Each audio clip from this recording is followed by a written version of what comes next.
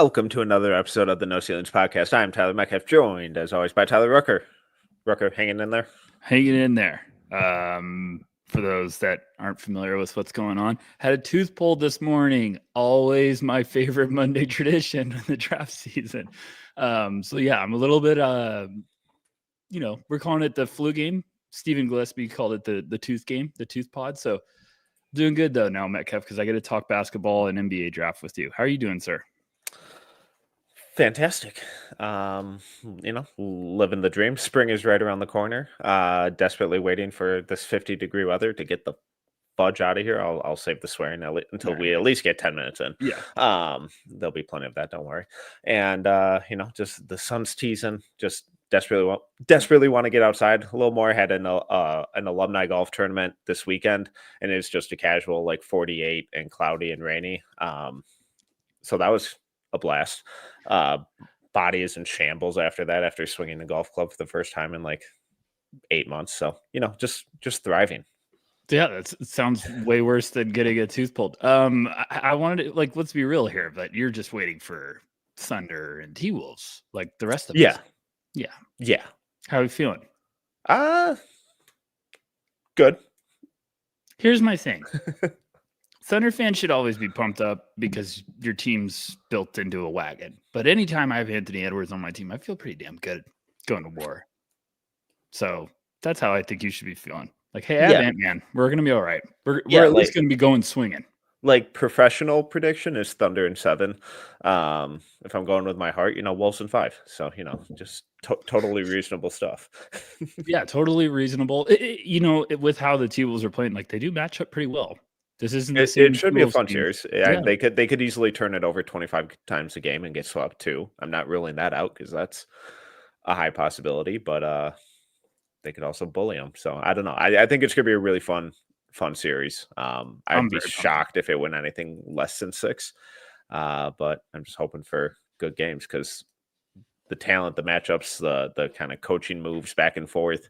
I think 2 of the best coaches in the league, especially in these playoffs. So just hoping for a good series.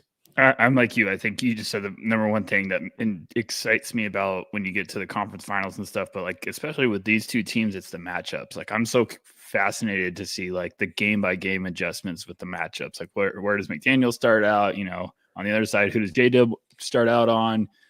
What do they try to do with SGA? Like, there's just a lot of fun storylines. Then you get the Chet factor, Rudy, all this fun stuff. So it's going to be a little bit of a chess match. I love it. Yeah. 2 guys who provide unique matchups going forward in the 2025 NBA draft, Tre Johnson and VJ Edgecombe. We're going to be breaking down their games today. But before we dive into their specific games, I kind of just want to pick your brain about this draft class, specifically with the guards in general, because it's not a great big class. There are a lot of guards, a handful of wings, and I'm talking, high level. Where are you at with this guard class?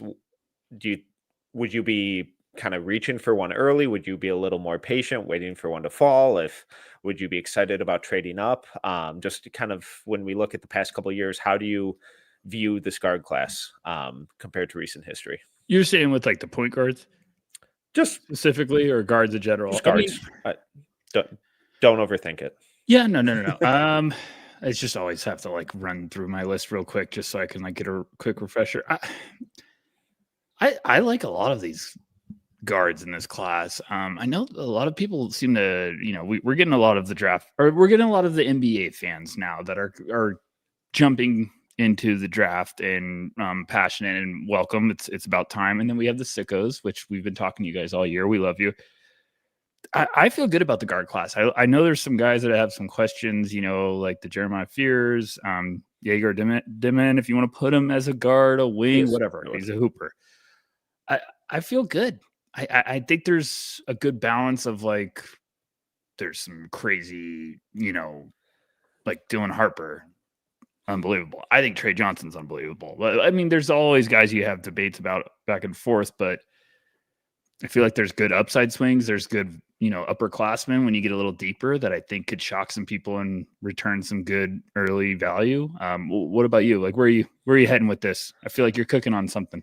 No, I just think when we look at the names of some of these guards, I think there are a lot of really exciting, upside swings, especially, and guys who have, I think, really high floors. With both the guys we're going to talk about today, I'd be shocked if they fell out of the top 5 or 6. Con Knipple, another guy who's probably going to go up in that range, and then you got Jeremiah Fears and Yegor Demon, and then however you want to classify Neek, and Cedric Howard, and some of these older guys. It's like some of these guys are inevitably going to fall a little bit. And when we kind of look at the top 10 too, there are a lot of teams who don't necessarily need guards. So I think it's going to be really fascinating to see how teams approach this draft if they're looking for BPA or fit or some sort of combination of both. Because I think if it skews a little more towards fit, I could see some of these really talented guards dropping towards the mid to late lottery, and some guys who are kind of ranked by consensus in that range already dropping a little further. I mean, every time we do a mock draft now, it's like Jeremiah Fears is going 5, 6, or 8, or 18, and I just come draft night, it's going to be really, really fascinating to see how the guard landscape falls, because I think if you go purely BPA, they take up almost the majority of the lottery. Yeah, I mean, I didn't mention a couple names before, but like I still love Yakachonis, Kasparis Yakachonis from Illinois, who's been overseas before this year. Like, I think he's incredibly talented. I think this is a guy that tried to come back through an injury and just didn't play as well. And then everyone's kind of cooling on him. It's like, okay, watch the tape beginning of the year. Talk to me about Kasparis. So, but to go off your point, like Fears, I adore. Me and you, I think, feel really strong about him. I rewatched some of his stuff last night, and I was like, yep, I'm back. There we go. I'm pepped up right now. So Fears, Yakachonis, like two guys that, it only takes one little slip through the cracks. And then all of a sudden you're like, wait, he's on the board now. Yes, teams would trade up and be like, oh my gosh, great value. Let's go get him. But this is I was getting at this too, Metcalf. What's my favorite tradition is we're talking about the guards. Like, I love them. My favorite tradition is throughout the draft year, then someone comes out, an anonymous exec or something, and says, like, the class isn't that great. Right now, I keep going through my lists and my big board and updating it. And I'm like, I would love an exec to come out right now and tell me this class isn't this good. This class is awesome. There is so much depth. The Cedric Howard thing is now a curveball, but like there's rumblings some guys might stay in that we were like, whoa, okay. And we could get really cooking with this first round. And then there's a lot of second round guys I like early on, like some good value. So I think this class is going to punch some people in the mouth of like, yeah, it's going to deliver. And the guards might not all go early, but you can get some really good value later on. So I think you're spot on with that. I mean, like Yegor, I think could all of a sudden now we're like, hey, he's back top 10 maybe, and he could still end up going 15, 16 to me. Wouldn't shock me. So it's just such a big range right now because of the depth. Well, let's dive in, because one guy or both of these guys, their range seems to be 3 to 6, and it would be really shocking if they fell much further than that. Let's start out with Tre Johnson, shooting guard from Texas this year. At the combine, measured 6'4" or 4 3/4 inches barefoot, with a 6 foot 10.25 inch wingspan and a 37.5 max vertical. Additionally, his 10.49 second lane drill was the best among the first group who went, which included Cooper Flagg, Tamar Bates, Ace Bailey, Dylan Harper, VJ Edgecombe, Yannick Niederhauser, Ryan Nemhard, and a few other guys. So incredible measurements from him at the combine to then pair with some really fun tape over the past few years. Where do you want to start with, Tre? I wanted to start with the measurement because it kind of, I got thinking about this, and I'm putting together all of our measurements for a draft guide. Spoiler alert, it's coming out soon. Hope you guys saw the video today. Metcalf, I thought Tre's numbers when they hit, it hit me like a brick wall. I was not expecting that wingspan. Yeah. Like, it was fantastic. Oh my, Tre! Like, you're going to be around 6'6" with a plus almost 4.5 wingspan. Like, that's a good number for this skill set type of player. Like, that's a really good number. So, Tre Johnson, I don't know where to start. I love him. We've had some wars in the No Ceilings war rooms because people, I think, are just waiting to try to see, like, do we really love him? Can I take that next leap? And I've just been like, oh, I'm in. Like, this is been there. Yeah, we've been there. I understand the questions. I understand the concerns. But man, I told you one time on a pod earlier in the year that he reminded me of UConn young Ray Allen. You jumped all over me for it because you thought I meant Hall of Fame NBA Ray Allen. And I said, no. Calm down. Now, see, what you don't understand about right now. But you know what it is with Tre is just I take the situation, I take the skill set. Me and you have done episodes in the past about his FIBA play when he was on that team with USA, and he was one of the youngest guys on that team at that time. Yeah, if I'm not mistaken. Yeah, him and Asa Newell were playing up a year with Ron Holland and that crew, and Tre was basically playing point guard for that team.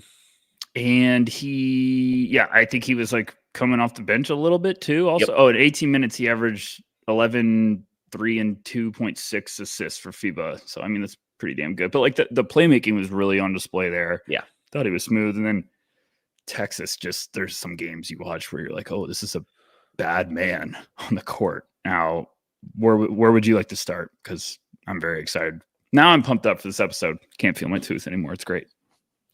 Who needs feeling? It's Who overrated. Needs it? Yeah.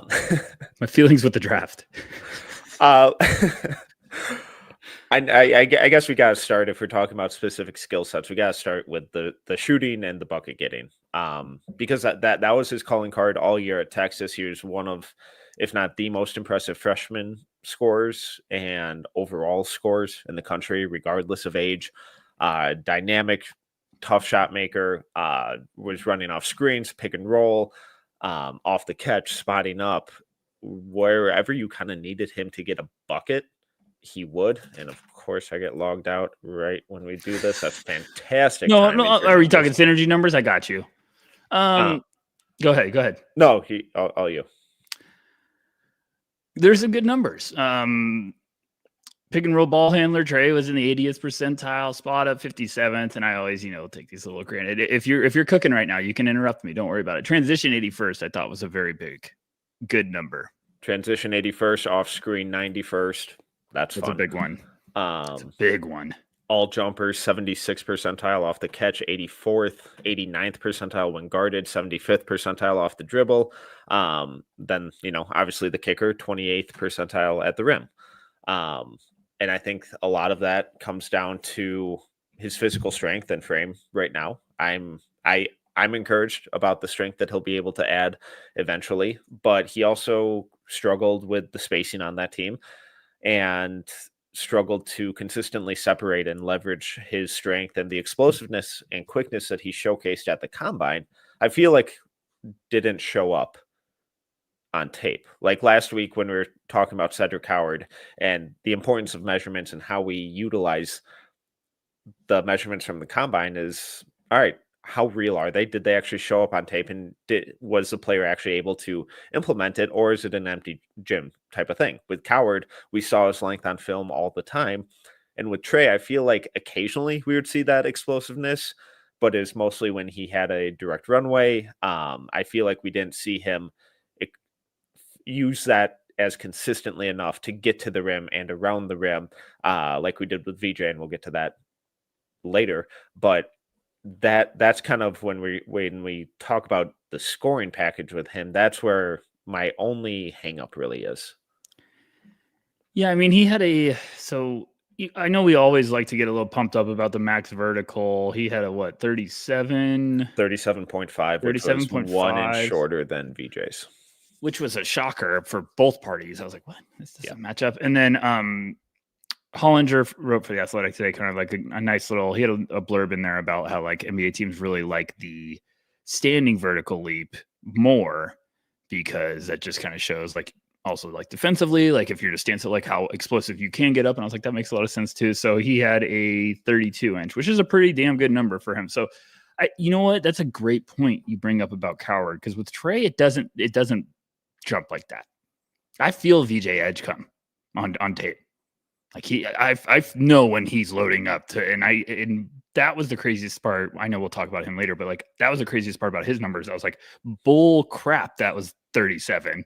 I've seen him jump 45 inches during game tape because I think he's just a game wrecker. Like it's up tempo there. But with Tre, yeah, you're right. Because going back to the beginning year, I still have those questions. Like I told you, I love a lot of his game, but when he gets that corner to get downhill, I feel like that's the last part of his game that needs to be figured out. Is the finishing is, I think he gets to a point where he's like, what am I supposed to do? Is it a floater? Should I attack? Like he just needs to figure out some counters to collapsing bigs, if that makes sense. Like he needs to figure out like, okay, what am I doing if I get caught in the air?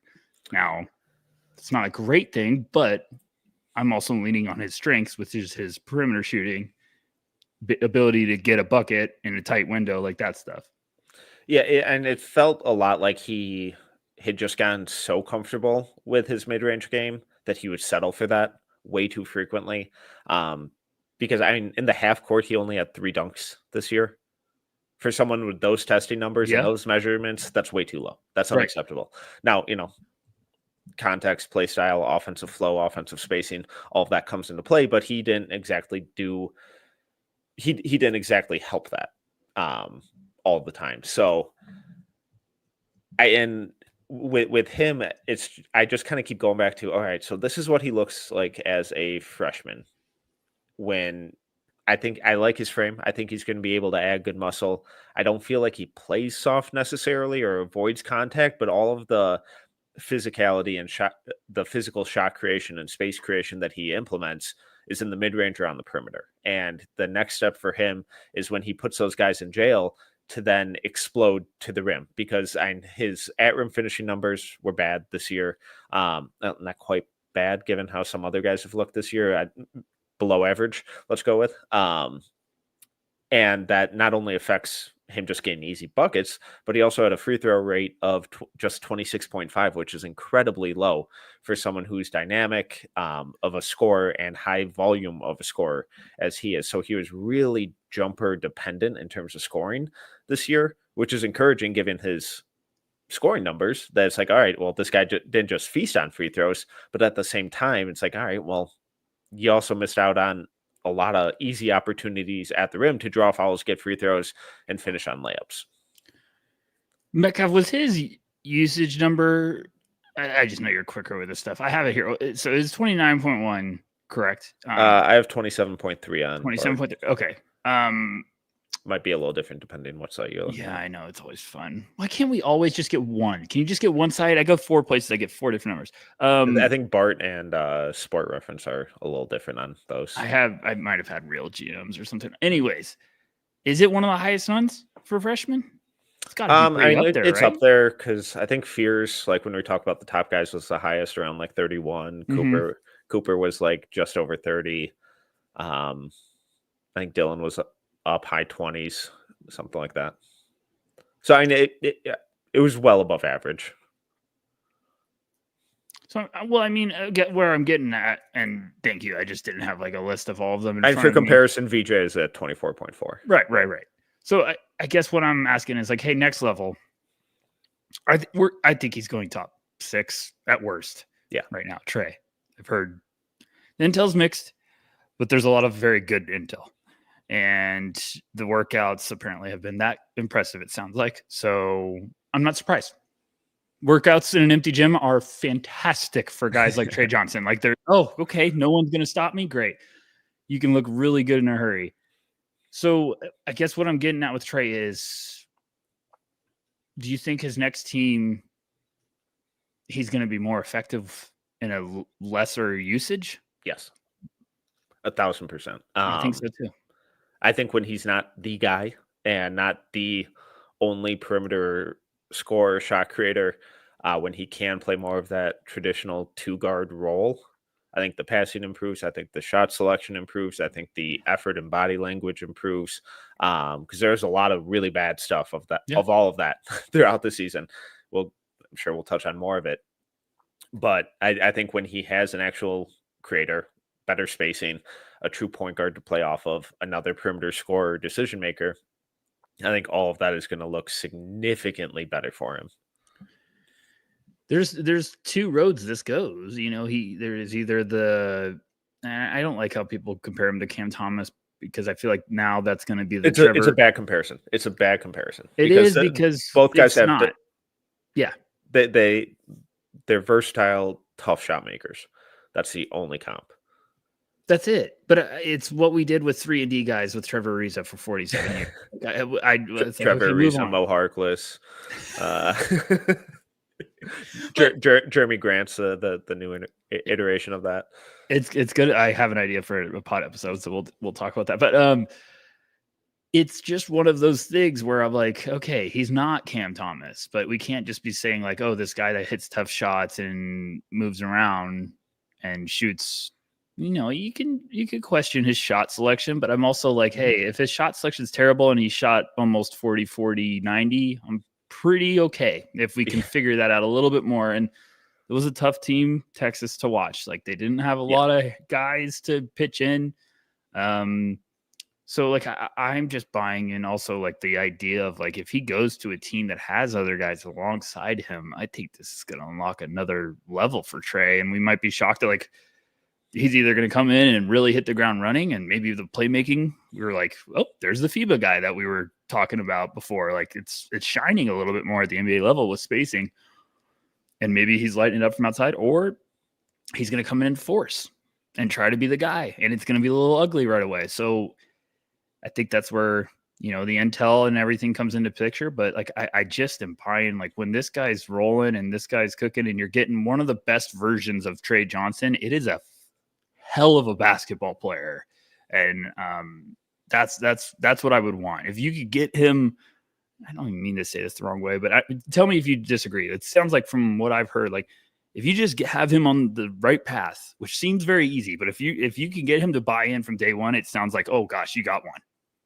But it just seems like if you can't connect with them and get them to buy in, you might be like, oh, and it's just nothing against Tre. It's just kind of, I think he's a workhorse that wants no business. Let's go to work. Like let's go to war. That's kind of what I've heard. So I don't know. I think he's a pro. I just think he's a pro. Like he plays the way that way. All right. So we've talked about the scoring, and all year people just shit on his passing, which I didn't get. If you're more interested in specific clip breakdowns, go over to the No Ceilings YouTube channel, hit subscribe while you're there, and check out my video on that I did on his passing along with Danny Wolf and Cedric Howard. Shameless plug. So I don't think he's a point guard, and from that, in terms of a passing and playmaking standpoint, I totally get. He's not a primary creator, primary decision maker, any of that stuff. When he is, the offense looks rough. Mm-hmm. But when he's a second side guy, when he's a secondary creator and can use his scoring gravity to draw extra defenders and then set up teammates, he's really, really, really, really good. He sees the floor well. Yeah, he got selfish in that Texas context. But when we mentioned his FIBA play earlier, when you go back to those games, even when he was playing with guys who had seniority on him, who were better than him, who were more athletic, who were more dynamic scorers at that time, he was a really smart and versatile passer and decision maker. So I think there's so much more in that realm of his game to still be unlocked. And I don't think it's really going to be that hard to unlock it, especially if there is some other alpha already on the team, which when you're a rookie going to the NBA, there should be. So I agree with you. I think there's some great flashes. He's really got like he has the bucket getting mentality this year. Like Texas, I feel like it just got to a point where he's just like, I'm scoring. And it wasn't like, it's tough because I don't think it was like hey, it's me. I think it was just more of a, like, they need me to score. Like I got to get mine. And I thought like the reaction playmaking was really good, where like he would understand if a guy was coming over to double him, like he knew where to go with it.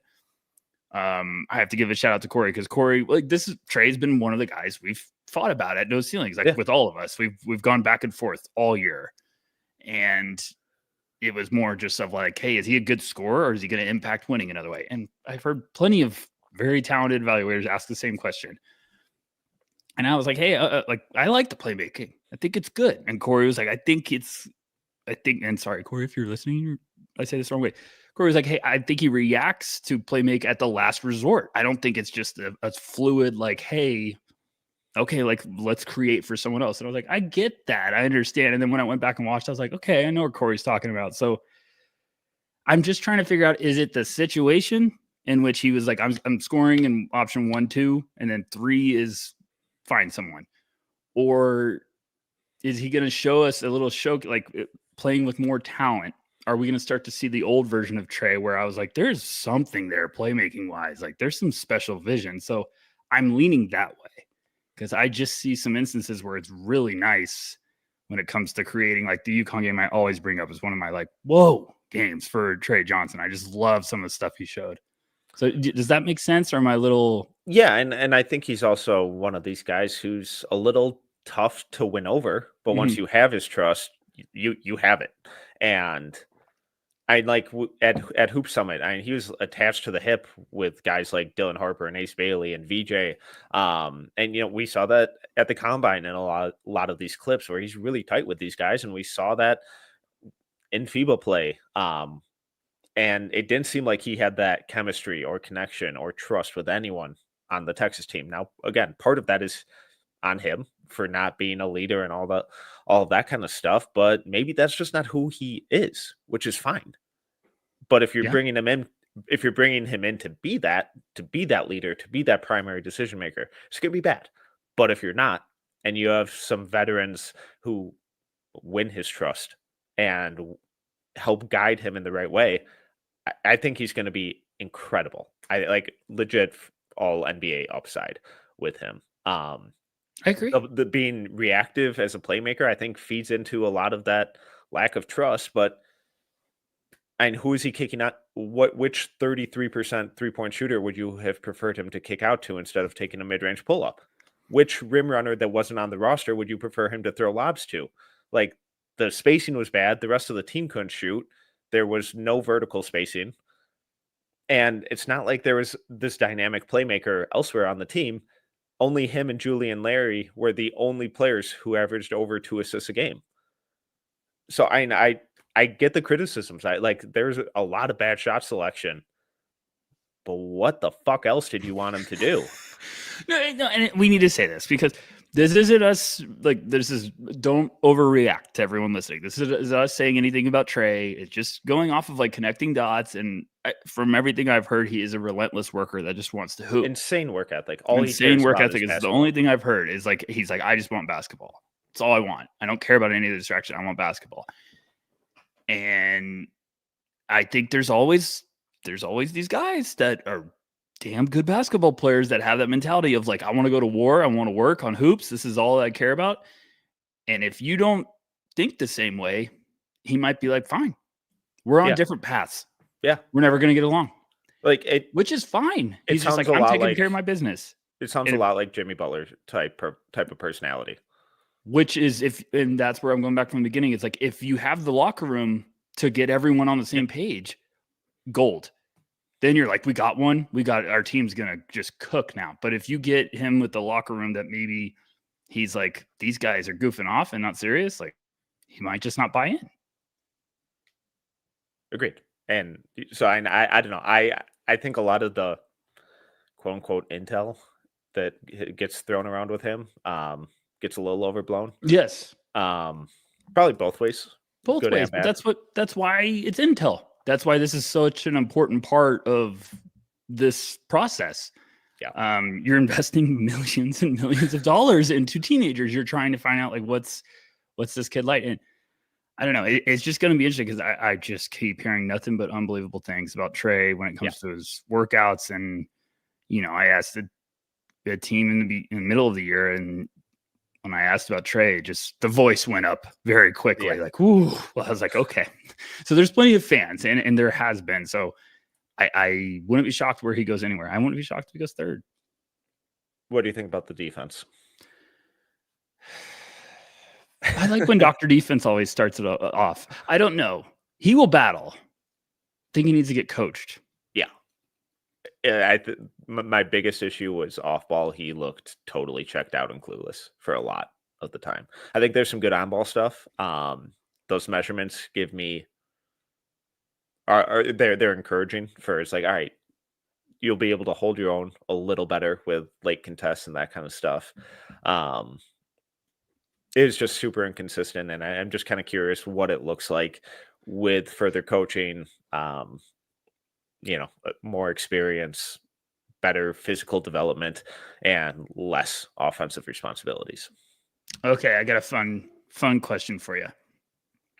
You can unlock one part of his game to be really solid, like really good. I can give you, I know how you feel about the playmaking, but we'll say playmaking, the defense, or the finishing. What would you pick first? Oh, because I think if you make the right choice, you really spike his trajectory of being like an all-NBA guy. And honestly, it might be like the finishing and rim stuff. It's really because at first I was like, I'd probably go defense because I was like, if I had a good defensive player, I like the passing enough. And I was like, I think the playmaking is fine where I'd settle with it. And then I was like, but if I had a really good defensive Tre Johnson, I'd probably be like, oh gosh, this is scary. But like if he's getting to the line 6 times a game instead of 2, it's a good point. I mean, that's a part of his game. Shots at the rim. He's going to need to learn that if he wants to be a really dominant scorer, he's going to need to learn that too of like, how can I build some real estate at the line? I don't know. It's a good one. All right. Anything else with Tre? No, your favorite fit in the top 5, go. Oh God. Definitely not me pulling up the standings because I forgot. Philly. We're just talking Charlotte, Philly, Charlotte, and Utah. We're talking just fit? Yeah. San Antonio. Okay. Favorite fit in 3 to 5. Okay, well, those are different. Those are different things. I like them in Utah. Yeah, Utah. I really gotta go get them if I was Utah. Philly's just tough with Maxey and McCain there, obviously. Charlotte, I just need to see it to believe it with them. I need to see some sort of. It's a new front office, new coaching staff, second year on the, I believe for all of them. So giving them time, but I've been burned too many times with fun prospects going to Charlotte. I feel like Charlotte can't mess that pick up. But there's one thing that maybe could. I got nothing else with Tre. Love him. Okay, let's move on to VJ Edgecombe, shooting guard from Baylor. Also thrown around in that 3 to 6 range. Measured in at 6 foot 4 inches barefoot at the combine, 6'7" wingspan, 38.5 max vertical, 11.27 lane agility drill. Where do you want to start with, VJ? You tell me where. I couldn't believe I did an emphatic fist pump when I saw 6'4" barefoot. I was like, heck yes. Agreed. I thought that was huge for him because I was worried he was going to come in at like 6'2.5", which would have been tough. But I was also kind of disappointed and surprised by the wingspan.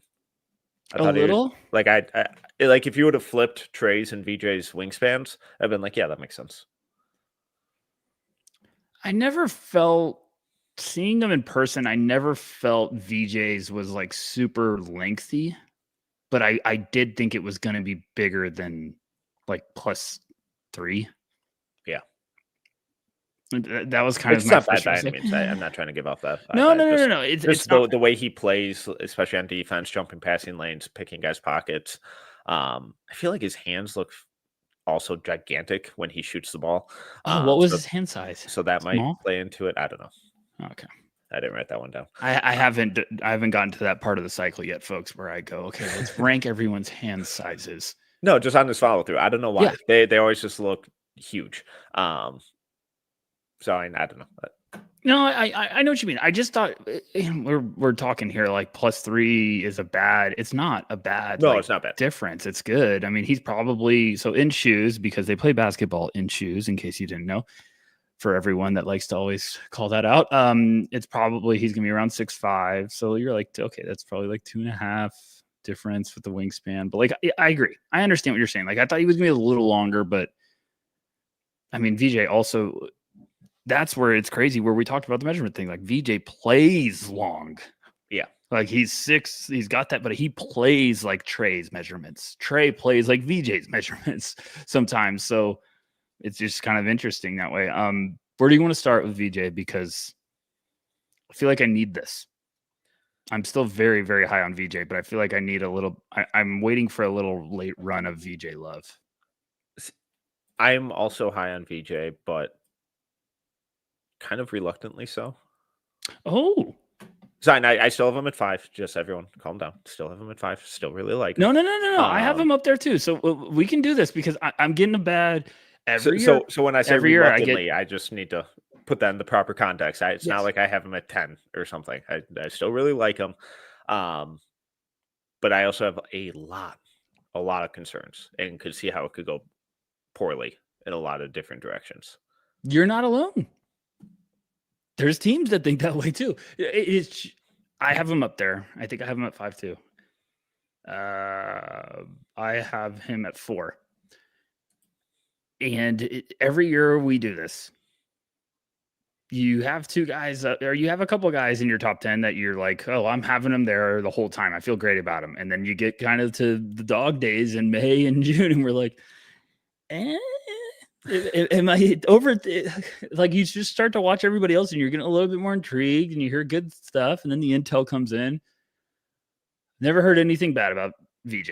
I'll start that off. I've never heard anything bad. No, and I think that's a great place to start because a lot of me still keeping him high, like up in that 3 to 6 range, is betting on the kid and betting on the person and the leader, the work ethic, all of that kind of stuff, because everything you hear about him and that I've seen in person is exactly what you want when you're spending hundreds of millions of dollars on a teenager. Here we go. I'll do a little refresher. And for those that weren't listening in the preseason episodes, how dare you? But here's my VJ Edgecombe experience. Went to Formula Zero, watched him, Rasheer Fleming, Asa Newell, a lot of good guys there. Ian Jackson was there at the time. He at St. John's this year. VJ was awesome. You could just tell everyone was kind of gravitating towards him when it came to just how he carries himself and playful banner. And he's very serious during scrimmages, just like feel like he spits venom. He's just a competitor. And a couple times, you get fouled and one time a very delayed looked back at Asa Newell and was like, and one, and the whole gym started laughing. But one of the coaches at the end of it kind of, Phil Beckner, shout out, and he's been a friend of the pod, friend of the program, said he gave VJ a shout out because VJ was every single day, he stayed till the very end and cleaned up the whole gym without anyone asking him. Just kind of stayed after, made sure everything was put back the way it was when he came in. End of the week, someone's called him over and said, we appreciate you doing that. So it's the little things with him. I think he's a serious competitor. Like when he gets between the lines, it's just, let's go to battle. I'm not afraid of anyone, but I think he's also just a straight arrow when it comes to like, probably never going to have to worry about VJ. No. If you draft him as an organization, you're probably going to get a high character, high work ethic guy that wants to be great and plays with serious tenacity that I just, every time I watch him, I'm like, why am I overthinking it at all with this kid? This kid just rocks. And that's what I keep falling back on. Yeah. There's a high floor. Right. Like, man, I wish his left hand was better, but it's like, do I really think he's not going to develop that? Man, I wish his spot up jumper was better. It's like, do I really not think he's going to get better at that? Like, I've seen this kid work. I've seen how he interacts with his peers and, coaches and everyone. And it's exactly what you would want from a 19-year-old. It's really special stuff. Let's start with the defense. You hated his defense. You had him at 2 on our best perimeter defenders. I had him at 1 because I love his defense and I'm all in on VJ, and you hate him for some reason. But no, I love VJ. Where do you want to start with his defense? Does it get way better at the NBA level, like immediately? Because I feel like with the good defensive guys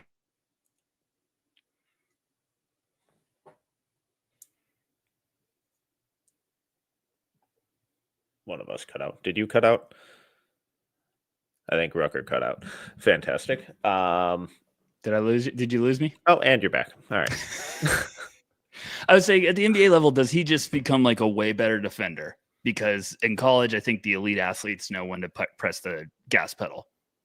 And I think at the NBA, he might just be like, the motor's always on overdrive right now. I'm just more having fun here because I think VJ just has incredible instincts. His hands are unbelievable on the ball. I really like a lot of stuff. Chase down artists that he makes a couple blocks. Yeah. I'm like, how the heck did that happen? Or how did you cover that much ground to get to that rejection? So is there something, what is your favorite part? And is there something you're nitpicking with the defense? My favorite is definitely the defensive playmaking, like you mentioned. Block rate 2.3, steal rate of 3.8, both just really, really good marks. And the fact that you can kind of use him as more of that roaming low man, who can, rotate from the weak side or, tag and recover and scramble out, I think is really, really important and really special for a 6'5" shooting guard. The vast majority of guys can't do that. And that ability to rotate over and be a legitimate weak side rim protector is incredibly, incredibly special and allows you to do so many different things on defense. Now, if I'm nitpicking, I do think there are some inconsistencies with him overhelping or getting caught ball watching or just kind of floating in space and making his closeout 4 steps instead of 2 or, typical stuff that we always see from freshmen. Am I worried about long-term? No, it's just one of those things where it's like, all right, just get more consistent with it. And I'm not worried about him really doing that. I think screen navigation and on-ball stuff is all really good too with that explosiveness and the his ability to recover and chase through and then utilize that length and leaping ability and physicality to really kind of wreak havoc as well is really important. So I think he has that really unique blend at 6'5" to be a legit menace point of attack while also being a really deadly and lethal weak side rim protector and off-ball roamer. Yeah, while Metcalf's laughing is my internet. Every time it works good until we start this, so I'm going to have to call someone or do something. I like a lot of his defensive stuff. I agree with you. I think he's a ball hawk when it comes to like finding, jumping passing lanes and stuff, but I think he does with that type of playmaking, as you kind of mentioned, like he runs into trouble because it's just a little ball fake and you're like, now you're way out of position and everyone else is the screw. So I don't know. There's so much good defensive stuff that it's like, okay, I can deal with. I can deal with the motor being too hot that it gets him in trouble a couple times because he makes too many winning plays on that side of the ball. And he's he's a cobra. Every time I watch him, I was like, this guy's a cobra defensively. He just attacks out of nowhere. So I don't know. Does he looks, it's the measurement keeps messing with me because when I watch their tape, I'm like, I didn't think VJ was going to be 6'5"-ish. I don't know, but I also saw his frame in the beginning of the year. I didn't think he looked that big when we saw him at Hoop Summit. No. I was thinking more 6'2", 6'3", but they measured him. So. No, I know. I thought he was going to be low 6'3s without shoes, and I was going to have to talk myself into like, well, he's kind of 6'4", like rounding up, he's 6'4"-ish. So when it was 6'4" barefoot, I was like, my goodness, what a number. And I still think he's got room to put on a good 10 pounds and just be like just a brick. I'm trying not to swear. So what else? What else you got? Brick shed house. There you go. Brick shed house. My internet right now is a brick shed house. No, take out the brick. Let's talk about the offense. What do you want to talk about with the offense? I have about 1 billion questions. Okay. I would love to hopefully answer about 5 of them. Okay, well, you're freezing up again already, so fantastic. So, I mean, I'm just going to run through some numbers, and there are a couple that are really awful. Most are average. So, spot up, 66th percentile, transition, 65th percentile, pick and roll ball handler, 43rd 53rd percentile, isolation 40th percentile, jump shot 56th percentile, 65th shooting off the catch, 21st off the bounce, not ideal. And the real kicker that makes no sense and pisses me all the way the hell off. 36th percentile overall at the rim, 15th percentile on layups, where he shot 44.5%. Yes. And that's my real big concern. Like Yep. Like the shot, I think it'll get to workable. The left hand is non-existent right now. He can't dribble with it. He's a turnover machine when he goes to his left. The passing, I think, will be enough for his position. But when he's not able to dunk, and when any sort of finishing craft and touch around the rim is required, he doesn't have it. And that really, really concerns me. It's weird because I was putting together for the draft guide, like his advanced stuff. And I feel like I got to the rim stuff and I was like, excuse me? Yeah. 36th percentile? Overall at the rim, 15th on layups. For that type of athlete to shoot, under 45% on layups at the rim. Now, is that, I mean, this or that? Would you rather watch Texas or Baylor? Oh, fuck. Their team was not great. Play each other. No, so like, let's also point this out that we should have brought this up at the beginning. VJ was kind of like a little inconsistent to start the year, and we were like, yeah, the guy figured it out, and then all of a sudden we were like, yeah, he's playing with three guys that like to play, or two guys that like to be the point guard. Like, it's watch me work, and it's like, no, give the ball to the best player on the team. No, but see, I kind of disagree with that. No, because Jeremy Roach gets hurt and he goes down, and then the VJ just blows up for a couple of games, and we're like, well, look, now he gets to have a little bit more usage and freedom, and we're starting to see the best version of VJ coming to the surface. Go ahead, I cut you off. Well, I think a lot of that too was just Robert Wright playing point guard and actually facilitating for everyone. Because I don't want the ball in VJ's hands. I don't want him to be a creator. Kind of similar to what we were talking about with Tre. Tre's handle is infinitely better than VJ's, but in that same realm, I want VJ being that off-ball wing guard, however you want to classify him as. Because I really, really worry about what he can do as a even secondary creator and second side creator. I think there's a ton of upside for him.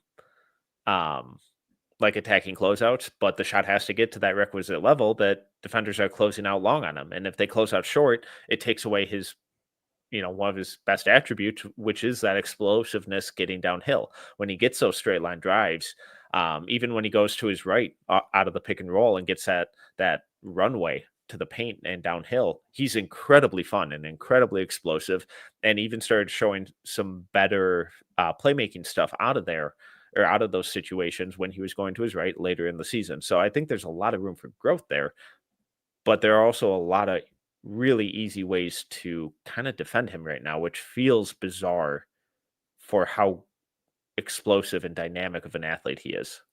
It was the weirdest, like I one of the shot charts I pulled for the guide, like it was one of the weirdest ones I pulled, where I kind of did like a triple take of like, is this VJ's? This is the right one, right?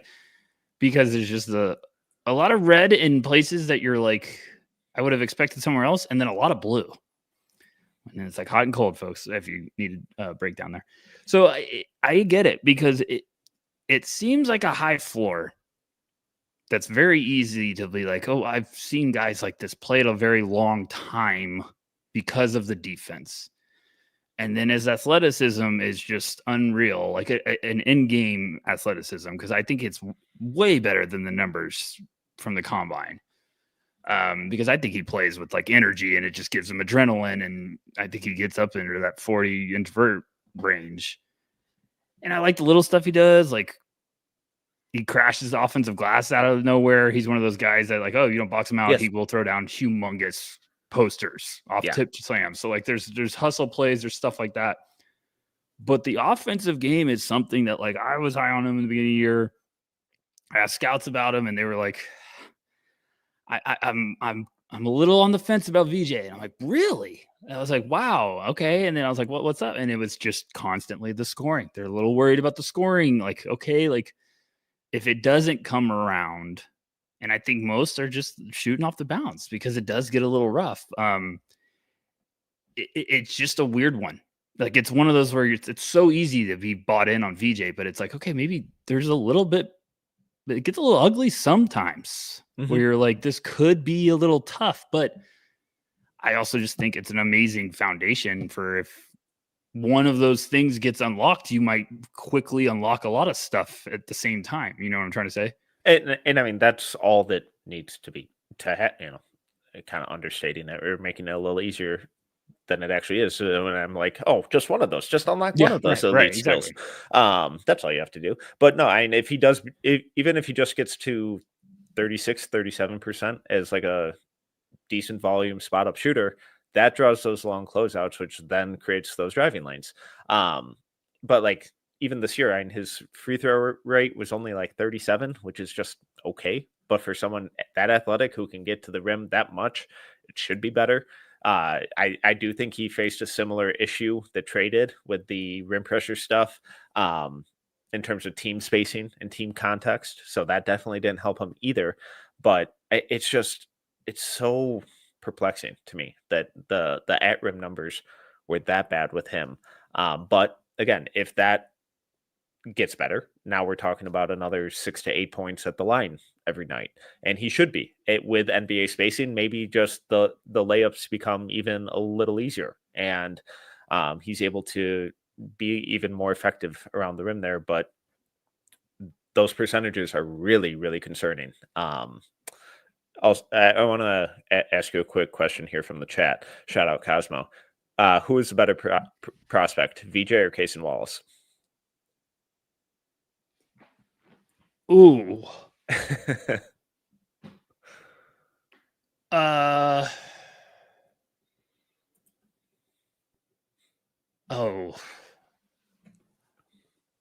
I don't VJ? Okay. I loved Cason. I think I had him at 10.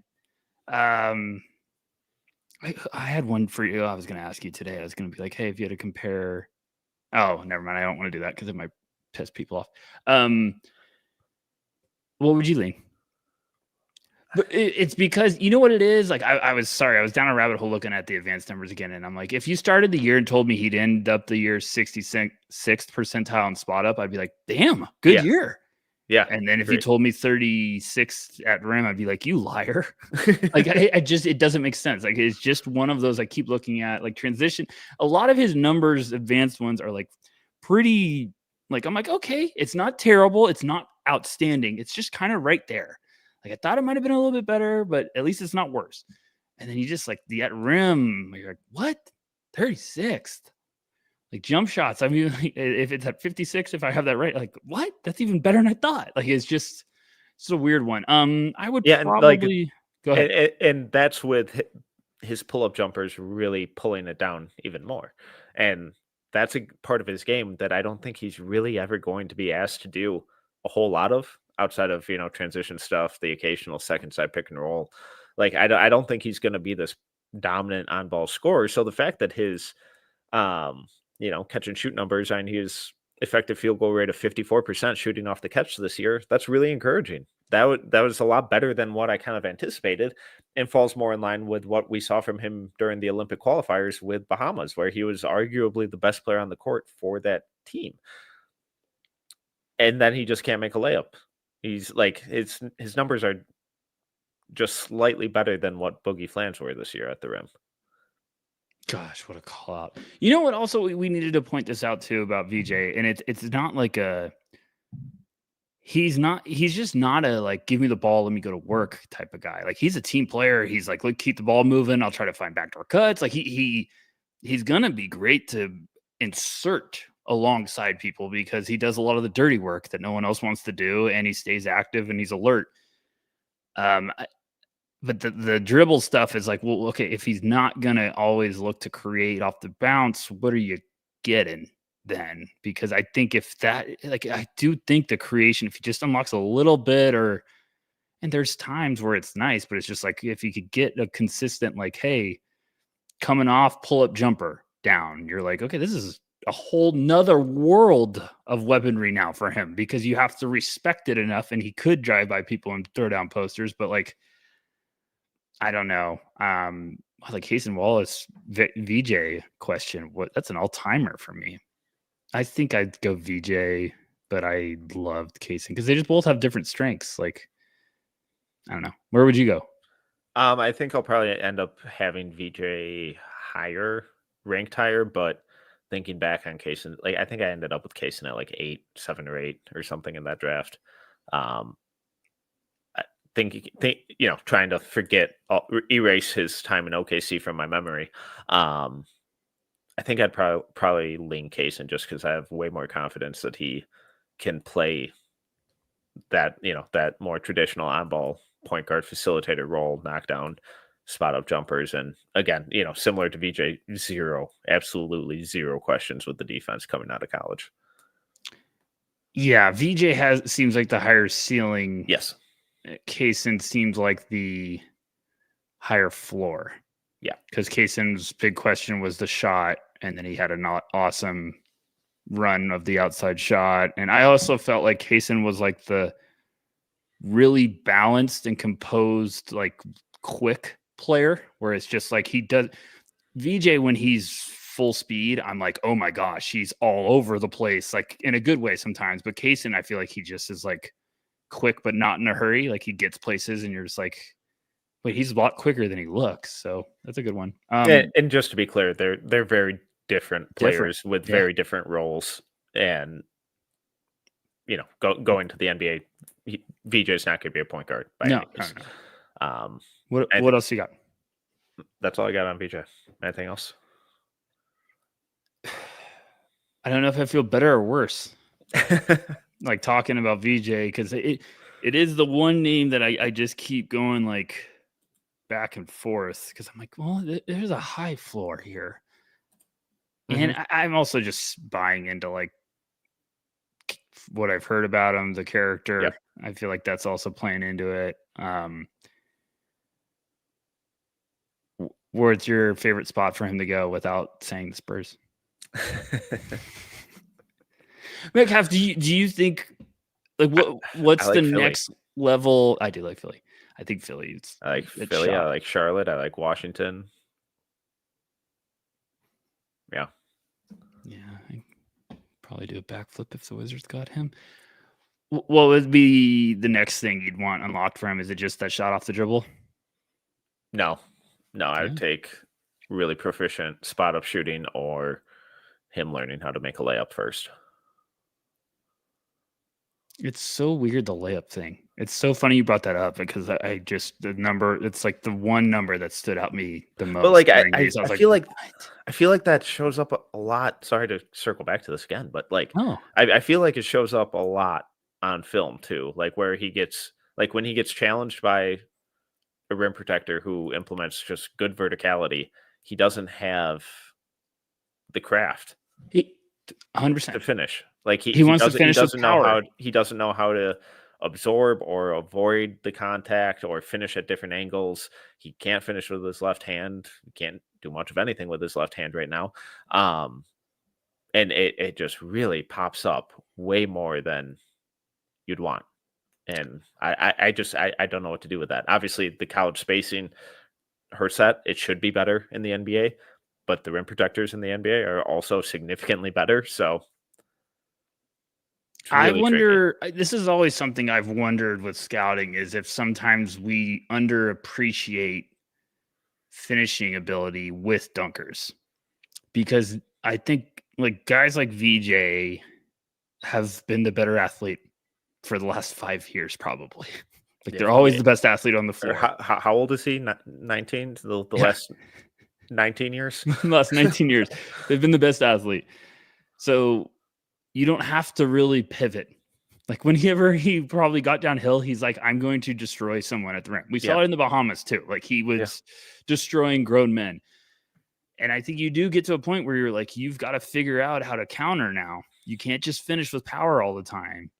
And so I think there's He's got to you got to figure out when to try to with power and when to get the finesse, and maybe that's just a little balance act you have to play. But it's and I just brought up the Bahamas too because I remember like Bahamas, he was just so much bouncier than everyone, and I was like, goodness. So yeah, I think the out rim stuff is like, hey, you got to figure out also how to have some finesse. Because I forget who said it once, but they're like, you could be a great athlete, but that will catch up to you in the NBA. Oh, God, yeah. Like, and they were mainly saying throughout your career, you're becoming less of a good athlete. So when you start leveling out with everybody else that's coming in, how are you going to make an impact? And I was like, that's a good point that I've never thought of. So it's like, I don't know. VJ, I have the questions, but I just always keep circling around where I'm like, I'd sleep like a baby if I drafted VJ because of just like, hey, if I'm missing on a guy, I'd rather miss with this set of tools, this type of character, this type of player. And I also think he's just going to be a relentless worker every year. Like, I think we're just going to see VJ like gets better every year, like big leaps. I think that's just kind of how he's built. Yeah, just to throw another wrench in your great in your brain here. So I only had time to look at like two guys here, but Jeremiah Fears just under 51% on layups this year. Con Knippel just under 63% on layups this year. Obviously, very different context, especially with Con with the spacing and rim running that team had. And what was VJ? 50.6% on layups. Or no, VJ was at 44%. Sorry. Oh, thanks. It got worse by a lot. But then at the same time, it's like I would be shocked if him, the person, didn't improve significantly and at least figure some of that stuff out a little bit. And if he gets up to just 50% on layups with the defense and the spot up jumper continues to be 36, 37%, is that enough? I guess that's where I come back to is like, there's not that I don't need a ton more to get better for him to be like, oh, he's going to play 10 years easy. Like, right. Like, I think there's a really awesome foundation with really serious upside. I'm not being too picky being like, oh gosh, we got to get 40% from downtown. Like, I'm just like, yeah, it was a great comment in here. Like, yeah, I thought Ayton was the best player on the team. On the Bahamas team, I was like, not Ayton, VJ. Yeah, I was like, VJ's better than anyone on the team right now. And the film school and write up I did on him in the summer is like this 18-year-old is the best player out there for them. It was funny too watching their practice like footage leak, and you're just like, who the hell is this kid just dunking on everyone? And we were like, oh, this is VJ. He's going to Baylor, but everyone else is like, who the heck is that? Just 18-year-old just giving the business to the Olympic team. I don't know, Metcalf. Like, now I feel better about him because I'm like, well, he'll figure that out. Okay, if we're figuring that out, like, and if he doesn't, what does it look like? This is what he is right now, an NBA player for a long time. Yeah, but to what extent? Like, what does that return? Top 5 value? Does that return lottery value if he's just a big question mark on offense and a really high level defensive player? Like, is he Victor Oladipo in his prime? I think Victor's handles were that's better. Like one of my high end comps for him, but Victor's handles and on ball stuff was nasty. Is he Lou Dort? The torture chamber? I think he could be that. Like right now, without any massive improvements, like incremental stuff that naturally comes. But this is no slander to Lou Dort. So every Thunder fan that if you're magically listening to this, like, one, I'm proud of you. Two, like, focus on bigger things. Wolves in 5. I think he could be Lou Dort, but the thing with Lou Dort right now is he's so strong. VJ would have to put on some weight, but like he could be a quicker version, like a beats you with your quickness. But I just think the defensive potential has such a high floor for him. And the offense just needs to get, like, I hate saying respectable, but we just need a little bit of a step forward. No, like you do. You just need if the defense just respects his corner 3 or his shot off the catch, that just makes them hesitate for that split second. And in the NBA, that's all you need. So I'm not trying to say that, oh, I think VJ is going to fail. I'm just asking, what does it look like if the improvements we both think that he will have, what if they don't necessarily hit the way we hope they will or think they will? Okay, now here's my last question. I know we're extending this a little long. Is that I think there's a real thing of guys going and playing with better talent, just like another world. Like it's almost like getting contacts and you're like, I've been blind my whole life. This is amazing. I feel like VJ's like at the top of my list of this, like where he might go from Baylor. And this is no slander to Baylor fans. I'm just saying the roster we saw like coming into the year. I was like, oh, this roster might be really rough. Gonna lean on Norchad O'Meara all the time. I like him, but no, this is not good. Is there a chance he gets to the NBA and he's just like, this is awesome. Guys make shots all the time. This is great. I have spacing. Absolutely. I mean, just from a spacing standpoint, it should free up cleaner looks at the rim. And, if like, say he goes to Philly at 3 and now he gets to pick Jared McCain and Tyrese Maxey's brain about how to shoot, that's fun. We definitely see that all the time. And the smart guys are, it's like a watered down version of guys going to Team USA and making that leap because they're ingesting all of this information and habits and technique and the nuances of the game from the elder statesmen. There's definitely a route for that. And that's what I hope and think will happen.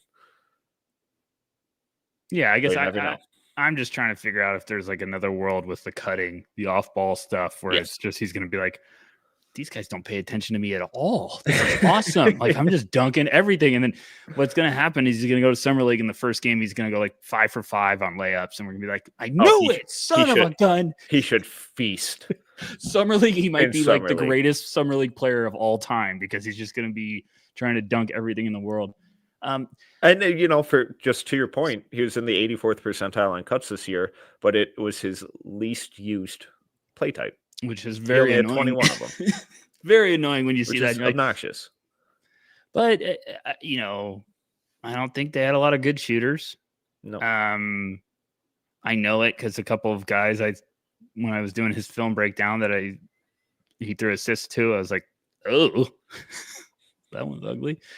Norchad O'Meara took a lot of those too. Yeah, green light. Yeah, green light. So I don't know. I like both of, we talked about Tre and VJ. I love them both. I think they're both worthy of top 5 picks easily. And I know it sounds like, well, you guys aren't sold on VJ, but I think it's just VJ's easier to nitpick right now. When you're looking at all the other guys and you're like, man, like it's just also too, if I have the same 5 guys for like 3 months, I get to a point at the end of the year where I'm like, am I going crazy? I'm just so calm about these 5. It's ridiculous. And I am. Like, I still feel amazing about VJ. Yeah, same. The vast majority of this was just asking questions because I just have a lot of them with VJ. I think a lot of them will get answered and improved on, and I'm really optimistic about it. Again, I have him at 5. So, but I thought this was a fun discussion diving into a bunch of topics and nuances with his game that we haven't necessarily touched on throughout the year. Love it. What else you got for me? That's all I got. What about you? Anything else on the docket? No. I'm in that time of the year where it's like I keep looking and I'm like, oh, the draft's only how many days? And then I'm like, okay, that's a lot lower than I thought. And then I feel like a couple days go by and I'm like, wait, what? Yeah. It's coming really fast. Yeah, we're like really 2 days away from being in late May, which is the last 4 months kind of merged into one gigantic beating.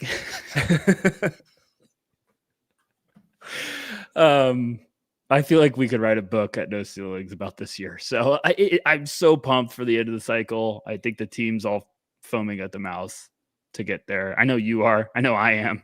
And it's going to be really, really fun. Last rush. I'm excited for this. Yeah, we're going to have a ton of great stuff. Draft guides coming soon.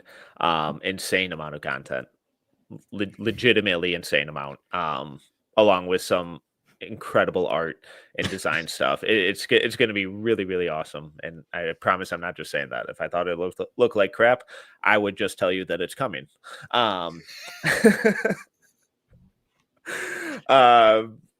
Maxwell also had an awesome combine recap up at NoCeilingsNBA.com. That went up Monday morning. Go check it out. Him and Steven also did a recap pod over on the feed and the No Ceilings YouTube, which is rapidly approaching 16,000.